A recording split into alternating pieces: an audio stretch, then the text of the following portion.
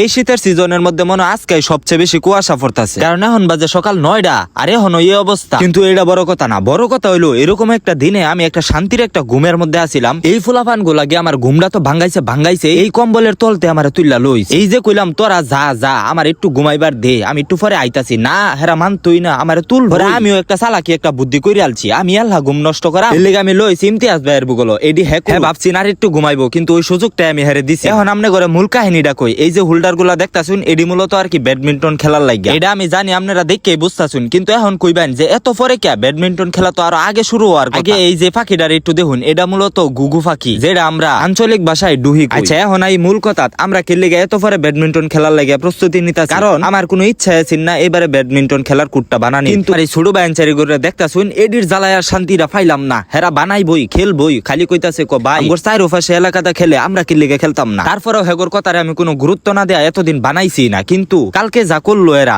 আমি আয়া দেখি মুট বানায়া শেষ। আমারে কইতাছে ভাই এখন লাইনের একটা ব্যবস্থা তুমি কইরা পরে আর কি কইয়াম, এখন বেক্কামি যেহেতু করি আলছে লিগা পরে আর আমি না হচ্ছিলাম কই আচ্ছা যা যা করছছি ইমতিয়াজ ভাইয়ের বুগলো তো লয়ে যাই, হেতো করে একটা চিকিৎসা কইরা পরে ইমতিয়াজ ভাই সবকিছু কইরা দিতাছিন। আর এই যে দেখতাছুন বস্তা ভরা লাইট গুলো কিন্তু আগের বছরের বাল্ব, বুঝছুন সবগুলাই বালা। এর লিগা আমি বালা করে চেক দিয়ে দেখতাছিলাম সবকিছু ঠিকঠাক আছে কিনা। আর আমার কিন্তু জানা আছেন না যে এই বাল্বটি যে ঘরের মধ্যে রয়ে গেছে। আম্মা এই ব্যাগটা ঘরের মধ্যে খুঁজা পাইছি, আর আমারে কইতাছি না এই দেখতো এই ব্যাগের মধ্যে কি। পরে তো আমি গেদি বাল্ব আমি কইতে তো ভালাই হইলো ঈদের দিনের মতো এগুলা বাচ্চা গেল, নয়তো প্রত্যেকটা বাউল যদি 50 টাকা করে ধরি তাইলেও 8টা বাল্বে 5/40, তার মানে 400 টাকা দাঁড়াইতাছে। আপনারা কি বুঝতাছুন 400 টাকা বাচ্চা গেছে। আর এই যে ফুলাফান্ডির দেখতাছুন এই হইলো আঙ্গর এলাকার বিশিষ্ট জাউরা। আমার একটা ছোট ভাই আছে ওইটা আরো বড় জাউরা। আচ্ছা যাই হোক, অগর কথা যত কম কইম ততই ভালো। এটার কিছু কইলেও বেজাল। বাপ মা কো তোরাও তো এই রুমা ছিলে ছোটবেলা, আমরা বলে এই রুমা ছিলাম খাম কি লাভ, আমরা কি রুমা ছিলাম। আঙ্গর চেহারা দেখলো মানছে কই দেরফা যে আমরা জন্মের আগেও ভদ্র আর শান্তশিষ্ট আছি। আর আমি তো আমার জন্মের আগে কারো লগে কোনো কথাই। আচ্ছা যাই হোক, আমি যে ভদ্র ছেলে এটার সার্টিফিকেট আর আমনে করে আর দিবার চাই না। আপনারা আমার দেখে আশা করি বুঝতে। যাই হোক বাজে আলাপ বাদ, এখন এই কামের কথা দেখলেন ছেড়াটা গাছের মধ্যে ঝুলা মিলা তার মাঠটা নাই শেষ। এখন একটা টুফিনের লেগে হেগরে মুরো ফাটাইছি। মুরো যাবি যা, আমার কইতাছি কি